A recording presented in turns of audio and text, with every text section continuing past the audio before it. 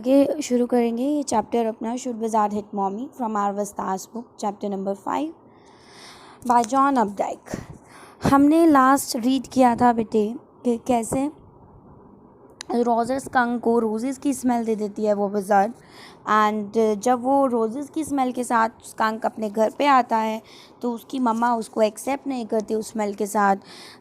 She said that what awful smell it is, और वापस से उसको कहाँ पे लेके जाती है, उस विज़र्ड के पास लेके जाती है एंड चाक के सीधा विज़र्ड के हेड के अंदर मारती है कि तुम्हारी हिम्मत कैसी हुई मेरे बच्चे की स्मेल चेंज करने के। ठीक है, उसके आगे आज हमने रीड करना है नो से। No, Jo said and put her hand out to touch his lips, yet even in her agitation didn't quite dare to stop the source of truth.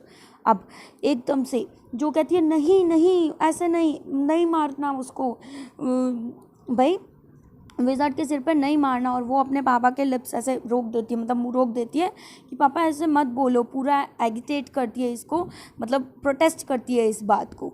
ठीक है, और वो डिडंट क्वाइट, हालांकि उसके अंदर इतना डेयर नहीं होता कि वो सोर्स जो ट्रुथ है उसको वो कर सके, उसको बिट्रे कर सके। इंस्पिरेशन केम टू हर, फिर भी उसके अंदर एक आइडिया आता है उसके माइंड में, हालांकि वो रोक तो नहीं पाई, वो ट्रुथ को सच बोलने से उसके फादर को रोक तो नहीं सकी, लेकिन फिर उसके माइंड में एक इंस्पिरेशन आती है, एक आइडिया आती है। And what was that idea? Then the wizard hit her on the head and didn't change that little skunk back. अब वो क्या कहती है, उसके माइंड में आइडिया आता है, वो अपने पापा को बोलती है कि अब जो विज़ार्ड है वो भी उसके हेड पे क्या कर दे, मार दे उसको, जैसे कि उसने उसके सिर पे मारा है, मम्मी ने रोजर स्कंक की मम्मी ने उसके सिर पे मारा है, वैसे ही अब जो विज़ार्ड है वो भी किसके सिर पे मार दे, उसकी मम्मी के सिर के ऊपर मार दे, और लिटिल स्कंक की जो स्मेल है उसको चेंज ना करे। वो अपने पापा को ये बोलती है कि अब जो है विज़ार्ड भी ऐसा करे, वापस से अम्ब्रेला उठाए और उसके सिर पे ऊपर मार दे और उसकी स्मेल ही ना चेंज करे। अब जैक क्या कहते हैं इस बात पे? नो, जो सेड एंड सॉरी ये तो हो गया ना बच्चे, सॉरी यहाँ से, हाँ, no he said the wizard said okay and the Roger skunk didn't smell of roses any more, he smelled very bad again. अब जैक कहते हैं, उसके फादर उसे कहते हैं नहीं ऐसा नहीं किया विज़ार्ड ने कहा ठीक है, और रोजर स्कंक को वापस से किसकी स्मेल दे दी, उसकी खुद की स्मेल दे दी। अब उसके अंदर से रोजेस की स्मेल नहीं आ रही थी, अब फिर से वो बहुत ही बैड स्मेल करने लग गया। बट द अदर लिटल अब फिर से वो बोलती है, लेकिन बाकी लिटिल क्रिएचर्स बोलने लगती है, लेकिन इसी टाइम में उसके फादर उसको इंटरप्ट कर देते हैं। क्या बोलते हैं? जॉन, इट्स डैडी स्टोरी ना, shall daddy not tell you any more stories? Johnny, अब उसका नाम क्या है? जॉनी उसका नाम है, रियल नेम पूरा उसका नेम है जॉनी। ठीक है, प्यार से निक नेम है उसका जो, तो उसका पूरा नेम यहाँ पे बता दिया जॉनी। वो क्या कहते हैं उसके फादर, ये डैडी की स्टोरी है ना, क्या आप चाहते हो कि आपको डैडी आज के बाद कोई स्टोरी ना सुनाए?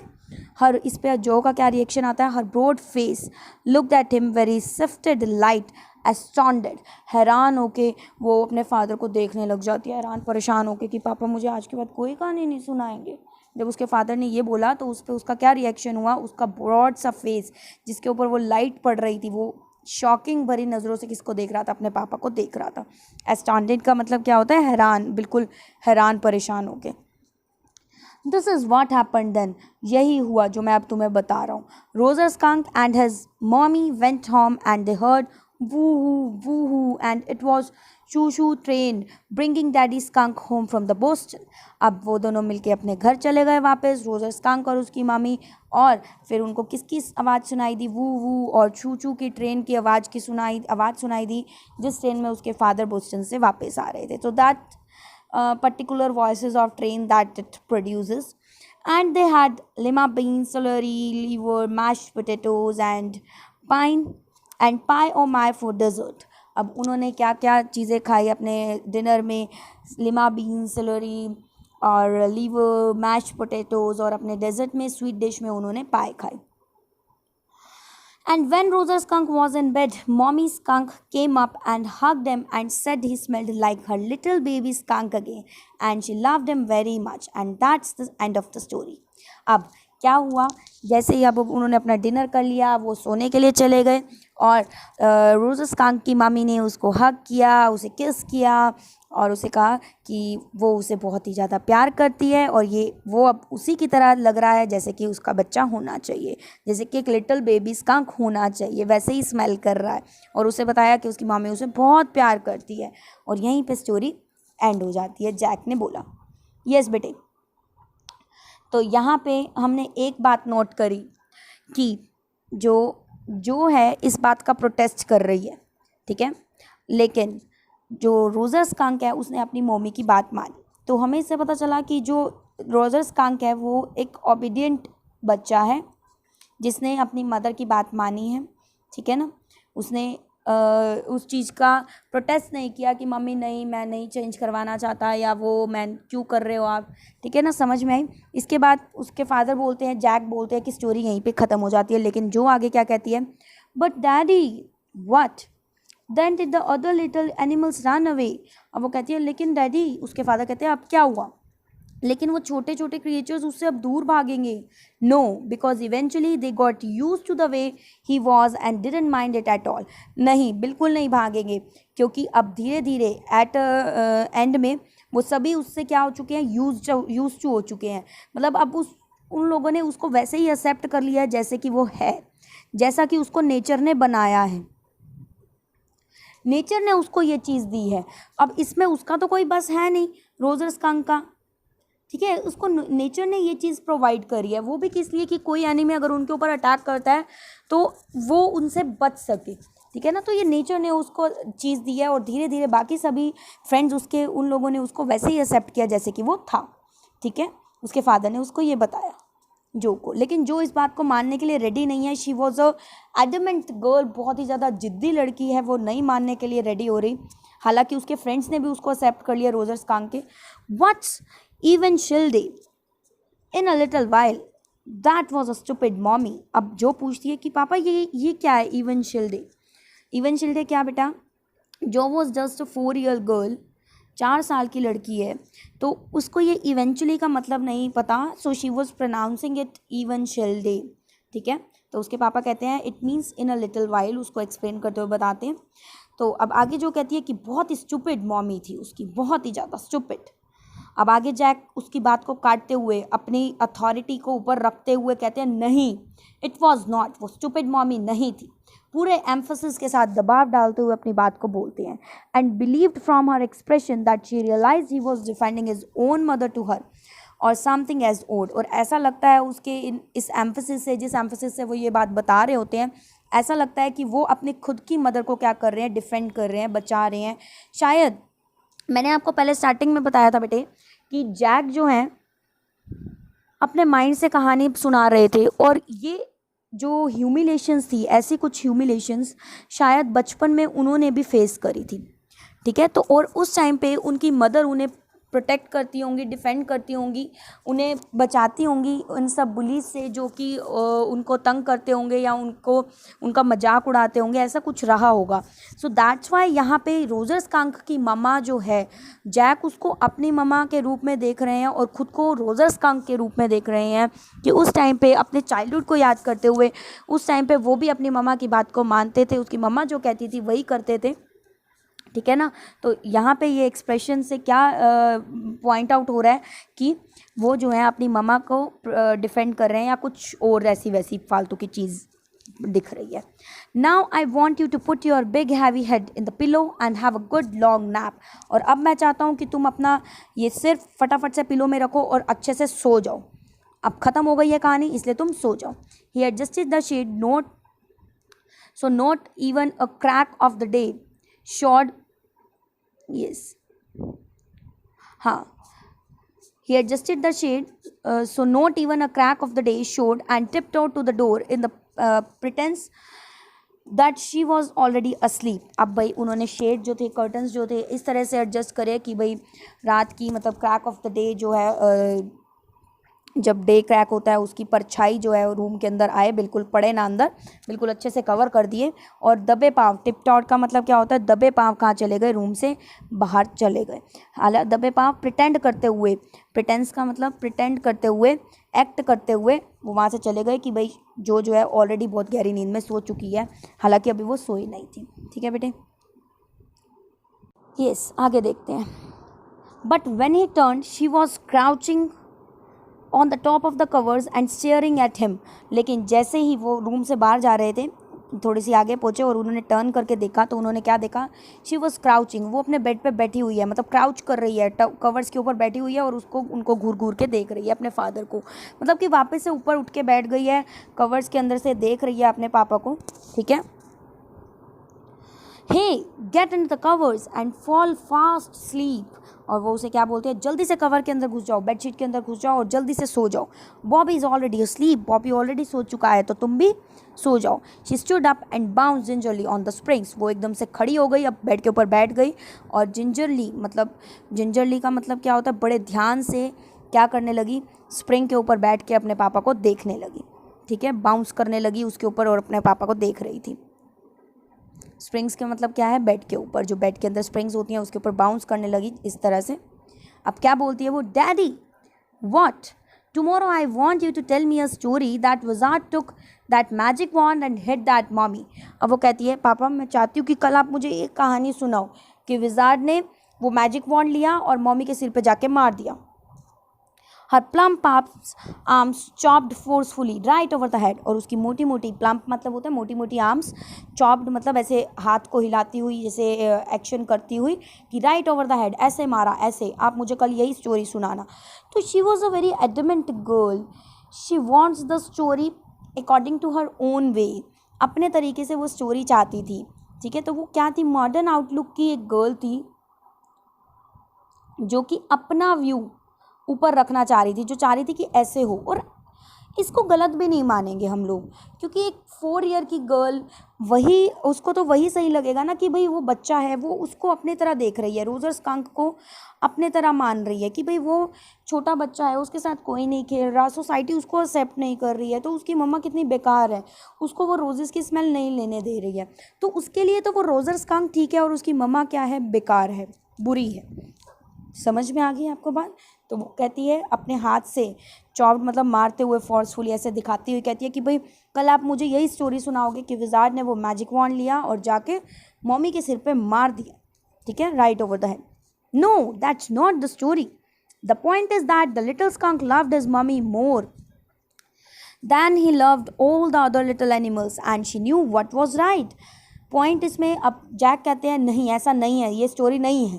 पॉइंट क्या है, जो लिटिल स्कंक है वो अपनी मम्मी को ज़्यादा प्यार करता है, किसके कंपैरेटिव, बाकी लिटिल एनिमल्स के कंपैरेटिव, और उसकी मम्मी को पता है कि उसके लिए क्या सही है और क्या गलत है। तो यहाँ पे जैक का पॉइंट ऑफ व्यू है, मैंने आपको बार बार बता रही हूँ कि यहाँ पे जैक की जो वो है, उसकी चाइल्डहुड है, वही हाईलाइट हो रहा है कि बचपन में ऐसा ही हुआ होगा उसके साथ कुछ, और उसकी मामा ने उसको प्रोटेक्ट किया होगा और उसने अपनी मामा की बात मानी होगी। तो दैट्स वाई यहाँ पे वो कह रहा है कि जो मॉमीज़ होती हैं वो हमेशा अच्छा ही करती हैं अपने बच्चों के लिए। No tomorrow you say he hit the mommy, do it. नहीं, आपको कल कहना पड़ेगा कि उसने विज़ार्ड ने मॉमी को मारा, आपको कहना पड़ेगा, करो ऐसा। She kicked her legs up and sat down on the bed with a great heave and complained of springs as she had done hundreds of times before, except that this time she didn't laugh. Say it, Daddy. अब वो क्या करती है, कहती है नहीं पापा आपको कहना पड़ेगा, और वो किक करने लगी अपनी लेग से बेड के ऊपर, जंप करने लगी ग्रेट हीव के साथ। वो जंप कर रही थी पूरी बेड के ऊपर, ठीक है, कूदती हुई एकदम से बैठी बेड के ऊपर, और किसकी कंप्लेंट कर रही थी, कहती है स्प्रिंग्स ही हैं जो ऐसे ऐसे उछालते हैं बेड को, मेरी गलती नहीं है पापा। ठीक है, और हालांकि ये स्प्रिंग्स के बारे में, ये जो बेड के अंदर स्प्रिंग्स होते हैं, इसके बारे में वो बहुत बारी 100 ऑफ टाइम्स कंप्लेंट कर चुकी है, लेकिन आज इसके फेस पे लाफिंग वाली, मतलब एक स्माइल नहीं थी। पहले तो हंसती हुई आती थी और हंसती हुई कहती थी ये चीज़, ठीक है, लेकिन आज जो ये क्या इसकी कंप्लेंट कर रही थी स्प्रिंग्स की, आज इसके फेस पे लाफिंग वाला साइन नहीं है। तो वो क्या कहती है, पापा आप कहोगे ऐसा ही, आपको ज़रूर कहना पड़ेगा कि विज़ार्ड ने किसको मारा, उसकी मम्मी के सिर पे मैजिक वॉन्ड मारा। ठीक है ना, तो आप देख रहे हो कि वो अपनी बात पे कितनी अड़ी हुई है, कितनी जिद्दी लड़की है। ठीक है ना, आगे देखते हैं। Well we will see, now at least have a rest, stay on the bed, you are a good girl ना। तो अब कहते हैं ठीक है हम देख लेंगे, अभी तुम रेस्ट करो और जल्दी से सो जाओ, तुम एक अच्छी लड़की हो ना। He close the door and went downstairs, वो दरवाज़ा बंद करते हैं, जैक उसके रूम का और नीचे चले जाते हैं। Claire had spread the newspaper and open the paint can and wearing an old shirt of his on the top of her maternity smock and stroking the chair rail with a dipped brush। अब वो नीचे उतरते हैं और क्या देखते हैं, clear ने जो है न्यूज़पेपर नीचे स्प्रेड कर रखे थे और उसके ऊपर पेंट का डिब्बा कैन खुला हुआ है और उसने एक जैक की ओल्ड शर्ट पहन रखी है अपनी मैटरनिटी स्मोक के ऊपर। What is the maternity smock? It's a kind of loose fittings usually worn by pregnant ladies like this one. इसके ऊपर उसने क्या पहन रखी थी, ओल्ड शर्ट पहन रखी थी जैक की, ताकि कोई निशून ना लग जाए पेंट का। सो वो क्या कर रही थी, उसने ब्रश डिप किया और चेयर रेल्स को क्या करना शुरू कर रखा था, पेंट करना शुरू कर रखा था। स्ट्रोकिंग का मतलब पेंट, ठीक है। Above him footsteps vibrated and he called Johnny, shall I come up there and spank you? The footsteps hesitated। अब एकदम से ऊपर से फिर से फुटस्टेप्स की आवाज़ आती है और एकदम से जैक चिल्लाते हैं, जॉनी क्या मैं वापस ऊपर आऊँ और तुम्हें डांटूँ? स्पैंक यू का मतलब होता है डांट लगाऊँ। उसी टाइम जो फुटस्टेप्स थे वो रुक गए, यानी कि जो थी फिर से उठ के बाहर ही आ रही थी अपने पापा को यही कहने के लिए कि स्टोरी ऐसे सुनाना पापा। लेकिन उसी टाइम जैसे ही फुटस्टेप्स की आवाज़ आई तो जैक ने चिल्लाते हुए बोला कि जॉनी क्या मैं ऊपर आके तुम्हें दोबारा से डांटूं क्या? वहीं पे फुटस्टेप्स क्या हो गए, रुक गए। हेजिटेटेड का मतलब होता है रुक गए, ठीक है। वो नीचे होता है। अब क्लेयर उसे कहती है that was a long story. Claire उसे टॉन्ट मारती हुई कहती है कि काफ़ी लंबी कहानी थी। अब भाई टॉन्ट मार रही है यहाँ पे क्लेयर उसे, उसकी वाइफ उसे, तो दो वजहों से वो उसको टॉन्ट कर रही है। पहली चीज़ तो कि वो काफ़ी देर से वर्क कर रही थी, वो बहुत ज़्यादा एग्जॉस्ट हो चुकी थी। फर्स्ट ऑफ ऑल तो वो प्रेग्नेंट थी कि उसको इतना सारा काम करना नहीं हो पा रहा था उससे, ठीक है। वो बहुत ज़्यादा एग्जॉस्ट हो चुकी थी और उसके हस्बैंड ने उसे बोला भी था कि वो नीचे आ जाएगा और उसकी हेल्प कराएगा और वो इतनी लेट आए जैक। सेकंड चीज़ वो सरप्राइज़ भी थी कि इतनी लंबी कहानी, ठीक है। तो इन दोनों रीज़न से वो उसको टॉन्ट करती हुई बोलती है। अब इस पे जैक क्या जवाब देते हैं, द पुअर किड, बेचारी बच्ची। किसका नाम लगाते हैं कि भाई जो नहीं कहानी भाई इतनी लंबी सुनी, मैं क्या कर सकता हूँ। He answered and with utter weariness watched his wife labour. और पूरी अटर का मतलब होता है पूरी की पूरी weariness से एग्जॉस्ट हो चुके थे, वो थक चुके थे जो को कहानी सुना के, बिल्कुल थके हुए उससे उन्होंने अपनी वाइफ को देखा कि वो कितना लेबर कर रही है, कितना हार्ड वर्क कर रही है। किस काम में हार्ड वर्क कर रही थी? वो पेंट करने में, ठीक है। The wood work, a cage of moldings and rails and baseboards all around them was half old tan and half new ivory, and he felt caught in an ugly middle position. And though he was as well felt his wife's presence in the cage with him, he didn't want to speak with her, work with her, touch her, anything। Very important lines these are। अब भाई उन्होंने क्या देखा, जो would work था वो क्या, जो कि जितना भी वुड वर्क था, मोल्डिंग्स, रेल्स, बेसबोर्ड, ये सारे की सारी चीज़ें इन्होंने जैक ने अपने आप को उसके बीचों बीच पाया। वो उसको केज लग रहा था, ये सारी चीज़ें क्या लग रहा था, पिंजरा, जिसके बीचों बीच वो फंसे हुए थे।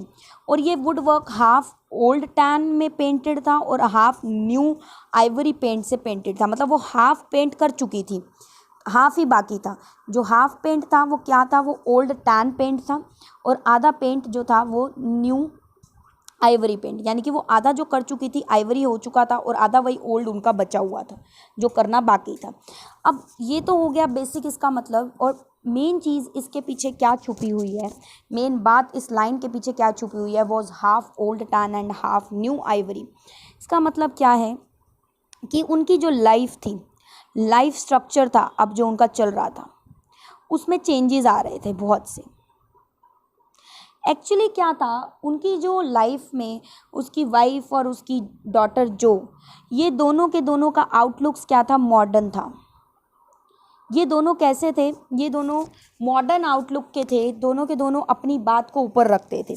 जबकि जो जैक था वो थोड़े से पुराने ख्यालात का था कि वो सोचता था कि भाई मेल्स जो होते हैं वो डोमिनेंट होने चाहिए फैमिली के अंदर, उनकी बात सबको माननी चाहिए। ठीक है, क्लियर हो गई है आपको बात। तो वो इस आउटलुक का था, वो उसकी मान्यता ये थी, वो ये सोचता था। कि मेल जो है वुमेंस को क्या होना चाहिए, एप्रीहेंसिव होना चाहिए, थिंग्स ग्रांटेड, पहले मैंने आपको बताया ना, they shouldn't take things for granted, उनको चीज़ें ग्रांटेड ऐसे ही नहीं ले लेनी चाहिए, पूरी बात सुननी चाहिए, वर्ड्स पूरे सुनने चाहिए, उसके बाद ही बोलना चाहिए। और उसकी जो डॉटर थी जो, वो बिल्कुल अपने फादर की बात नहीं मान रही थी, तो वो जो था वो इन सब के बीच में क्या था, बिल्कुल फंसा हुआ था, ये उसको पिंजरा सा लग रहा था और इसके बीच वो फंसा हुआ था। उसकी वाइफ ने भी उसको टोंट किया, है ना। तो दोनों के दोनों मॉडर्न आउटलुक के थे और हमारा जैक थोड़े से पुराने ख्यालात का था, इसीलिए यहाँ पे ये लाइन बोली गई है। क्या लाइन बोली गई है? That half old tan and half new Ivory, ठीक है ना। तो वो पुराने उसमें मतलब पुराने फैमिली स्ट्रक्चर का उसका माइंड था, ठीक है। और उसकी वाइफ और डॉटर न्यू आउटलुक के दोनों थे, ठीक है। वो फ्रीडम ऑफ थॉट्स रखते थे दोनों के दोनों, कौन? जो और उसकी वाइफ बोलने की फ्रीडम रखते थे, वो नहीं सोचते थे कि जो बोलना है वो बोल देते थे, समझ में आ गई ना। और उसके पॉइंट ऑफ व्यू जो था जैक का, वो बिल्कुल अलग था, उससे ऐसी लेडीज़ बिल्कुल, ऐसी गर्ल्स बिल्कुल भी पसंद नहीं थी। क्लियर हो गई? तो इसका बेसिक मीनिंग भी मैंने आपको बताया और जो इसके डीप मीनिंग था वो भी मैंने आपको बता दिया। उसको ये केज लग रही थी, एक जिसके अंदर पिंजरा सा, जिसके अंदर वो फंसा हुआ था, ठीक है। और उसने अपने आप को फील किया कि वो एक अगली मिडल पोजीशन में फंसा हुआ है, ठीक है। And do as he wills, वो अपनी वाइफ की प्रेजेंस को भी वहाँ पे महसूस कर रहा था उस केज में, वो उसकी वाइफ भी वहीं उसी केज में प्रेजेंट है उसके साथ, लेकिन वो उसके साथ कुछ बोलना नहीं चाह रहा, उसको कुछ कहना नहीं चाह रहा, उसका साथ काम नहीं करना चाह रहा। Even he didn't want to touch her and he didn't want to do anything with her, वो कुछ भी नहीं चाहता था उस टाइम पे अपनी वाइफ के साथ कहना करना, कुछ भी नहीं चाहता था, ठीक है। समझ में आ गई आपको बात? तो यहाँ से हमें क्या पता चलता है इस स्टोरी से? हमें एक तो ये मॉरल मिलता है, एक तो हमें ये शिक्षा मिलती है कि नेचर ने आपको जैसा बनाया है, जिसको जैसा बनाया है उसको वैसे ही अपने आप को एक्सेप्ट करना चाहिए, ठीक है ना। आप उसको कभी चेंज कर भी नहीं सकते और करने की कोशिश भी करोगे तब भी आप नहीं कर पाओगे। तो you should accept yourself the way you are, आपको उसी तरीके से आप अपने आप को एक्सेप्ट करना है और लोग भी आपको उसी तरीके से एक्सेप्ट कर लेंगे जैसे कि आप हो। सेकंड चीज़ हमने ये सीखी कि एक जो मदर है, मदर जो होती है जैक के अकॉर्डिंग, मदर जो है वो आपके सब भलाई के लिए ही करती है जो भी करती है। जैक की ये थिंकिंग थी, जैक का ये मानना था, लेकिन जो थी उसकी डॉटर थी जॉनी, उसका पॉइंट ऑफ व्यू जो था वो डिफरेंट था अपने फादर से, ठीक है ना। उसके फादर का पॉइंट ऑफ व्यू अलग था और उसकी डॉटर का पॉइंट ऑफ व्यू अलग था। क्लियर हो गई? तो एज अ फादर वो, उनको लग रहा था कि एज अ फादर भी वो फेल हो गए हैं अपनी फादर की ड्यूटी निभाने में भी, और एज अ हस्बैंड की ड्यूटी निभाने में भी वो फेल हो चुके हैं, क्योंकि एज अ फादर वो अपनी डॉटर को नहीं संभाल पाए, अपनी डॉटर को नहीं समझा सके अपना आउटलुक, और एज अ हस्बैंड वो अपनी वाइफ की हेल्प नहीं कर पाए और अपनी ड्यूटीज़ को फुलफ़िल नहीं कर पाए थे, ठीक है बेटा। So this is our chapter should wizard hit mommy. I hope आप लोगों को समझ में आ गया होगा। समझ में आया हो तो लाइक ज़रूर करना, वीडियो को शेयर करना एंड चैनल सब्सक्राइब करना। Thank you.